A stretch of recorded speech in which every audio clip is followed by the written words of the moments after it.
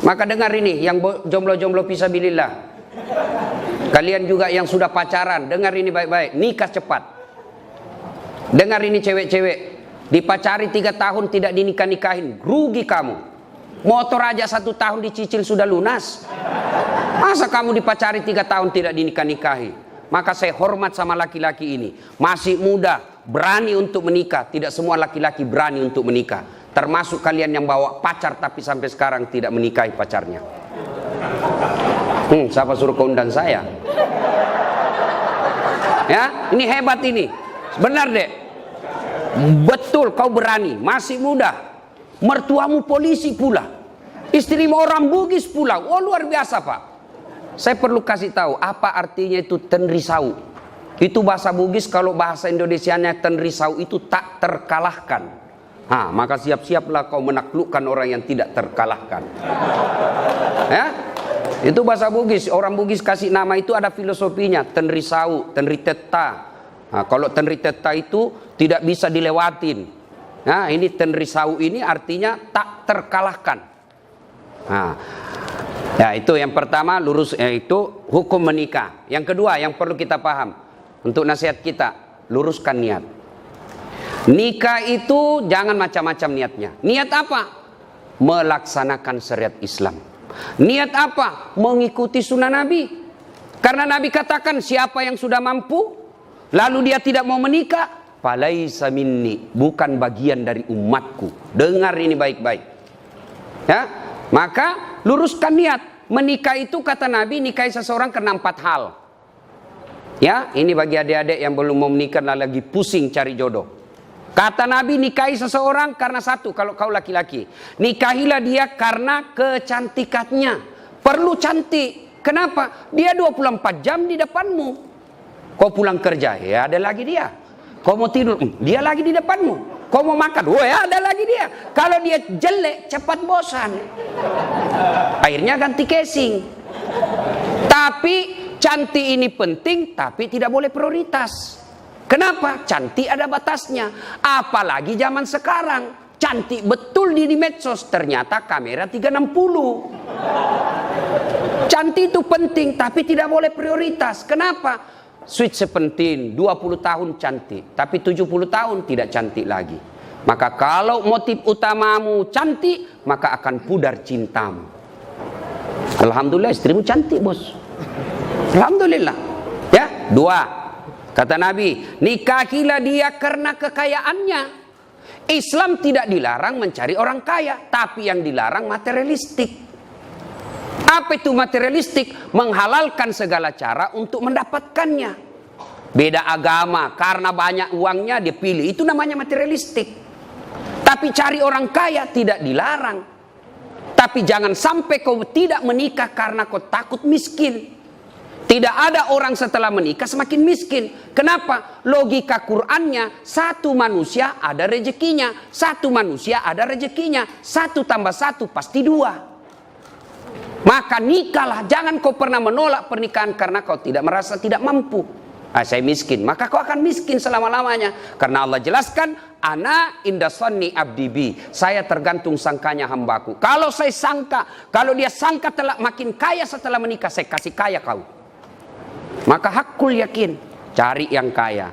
Tapi adek, jadilah laki-laki yang terhormat. Jangan kau gantungkan hidupmu sama mertuamu. Jangan kau pikir hartanya mertuamu. Jangan, kau akan menjadi laki-laki hina. Berdiri tegak dengan kepala terhormat karena kau hidup di telapak kakimu sendiri. Itu laki-laki. Yang ketiga, kata Nabi, nikahilah seseorang karena keturunannya. Boleh cari keturunan baik-baik, tapi tidak boleh prioritas. Kenapa? Ada orang bapaknya Nabi, anaknya pengkhianat. Siapa? Nabi Nuh. Ada orang bapaknya pengkhianat, anaknya dari Nabi Ibrahim alaihissalam. Maka penting cari keturunan baik-baik, tapi tidak boleh jadi prioritas. Yang keempat, kata Nabi, nikahilah dia karena agamanya. Ini yang prioritas. Ya, kata mahasiswa saya, Ustadz, kenapa agama nomor 4? Mestinya dia nomor 1. Saya bilang jangan salah paham dek. Hadis itu agama nomor 4, tapi dia tidak titik di situ, dia koma. Lalu ada stressingnya. Utamakan agamanya, karena dengan agama kau akan mendapat 4-4-nya.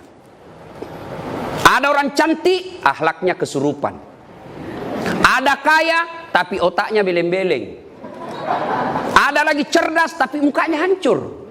Tapi untuk mendapat perempuan yang komplit, paripurna, dia cantik, dia anak keturunan baik-baik, kaya, bagus agamanya, 10-100 cewek, belum tentu ada 1. Kalau ada, tunjukkan saya juga masih mau. Ya kan? Maka utamakan agama. Karena agama, mukanya yang tidak cantik akan baik dengan akhlaknya yang mulia. Kekayaannya terbatas, tapi kaya akhlaknya, maka orang dia puji. Orang memujinya. Maka utamakan agamanya, tapi karena dengan agama kau akan mendapat semua-semuanya. Luruskan niat. Yang ketiga yang ingin saya sampaikan. Setelah ijab kabul ini dek, percayalah tidak ada keluarga yang tidak ada masalahnya. Ini semua ini. Muka-muka penuh masalah rumah tangga ini semua. Ya kan? Iya, percaya. Tidak mungkin ada rumah tangga yang tidak ada masalahnya. Rumah ustadz, banyak juga masalahnya. Apa masalahnya? Mau kawin lagi takut sama istrinya. Semua orang punya masalah. Jangankan ustadz, nabi aja ada masalahnya. Nabi, manusia pilihan, tidak ada dosanya, doanya pasti diijabah Allah. Apa tidak ada masalahnya? Pernah beliau 3 hari 3 malam tidak makan sampai cucu beliau Hasan Husain pucat. Dibuli, bukan lagi dibuli, diusir dari tanah kelahirannya Mekah. Siapa yang mengusirnya? Pamannya sendiri. Tuh Nabi. Bahkan pernah dalam kesetiaan rumah tangga, beliau pernah difitnah, Aisyah selingkuh. Itu rumah tangga Nabi, apalagi rumah tangga milenial. Pasti banyak masalah. Saya kasih kau contoh. Sebelum kau nikahi ini adik, apa masalahmu? Diterima ndak ya? Diterima ndak ya? Diterima ndak? Sudah, diterima. Selesai masalahmu. Oh, ada lagi masalah. Ada corona. Mau menikah ada corona. Ya, selesai menikah seperti ini, apa selesai masalah? Muncul masalah baru, mau punya rumah. Sudah punya rumah, selesai masalah, mau punya anak. Tidak ada orang tidak ada masalah. Saya kasih lagi contoh. Istri cantik, kau kira bukan masalah? Istri cantik digoda orang. Apalagi kalau suaminya jelek. Lebih masalah lagi tuh bos. Untung ini pasangan sama gagah dan cantik, klop. Berarti bagus kalau jelek istri Ustaz. Istri jelek dihina orang. Kita lagi yang malu jalan sama dia. Pergi pesta pengantin duluan aja dek, nanti saya menyusul. Sampai istrinya, bang di mana kau bang? Nggak jadi saya mencret. Coba, istri cantik masalah, istri jelek masalah. Tidak ada orang tidak ada masalahnya. Lalu ada yang bilang sama saya, Ustaz, bahagia benar rumah tangganya itu Ustaz. Kenapa aku bilang bahagia? Tahu Facebooknya, foto-fotonya di Instagram, di WhatsApp bahagia, peluk-pelukan. Saya bilang, beleng-beleng itu kalau foto baku tangkar dia pergi share di Facebooknya. Masa orang bertengkar lalu dia share di Facebooknya? Itu dongok namanya itu. Pasti yang romantis. Saya itu bisa membaca psikologinya orang yang bisa baru bertengkar. Selama ini tidak pernah ada foto istrinya di medsosnya. Tiba-tiba tampil dengan mesra. Biasanya habis selesai selingkuh itu suaminya. Maka dia pasang lagi seperti itu. Hati-hati. Saya juga diprotes sama keluarga. Kenapa itu kau saya lihat tidak pernah itu wallpapermu istrimu. Tidak pernah saya lihat kau bawa-bawa foto istrimu di dompet. Saya bilang untuk apa? Nah saya sudah hafal mukanya. Orang yang tidak hafal muka istrinya itu harus lihat fotonya tiap hari. Jadi ibu-ibu yang selalu dipajang fotonya di medsos jangan terlalu percaya diri. Bisa jadi suami sudah mulai lupa muka ibu. Ya, percaya dek, tidak ada keluarga yang tidak ada masalah.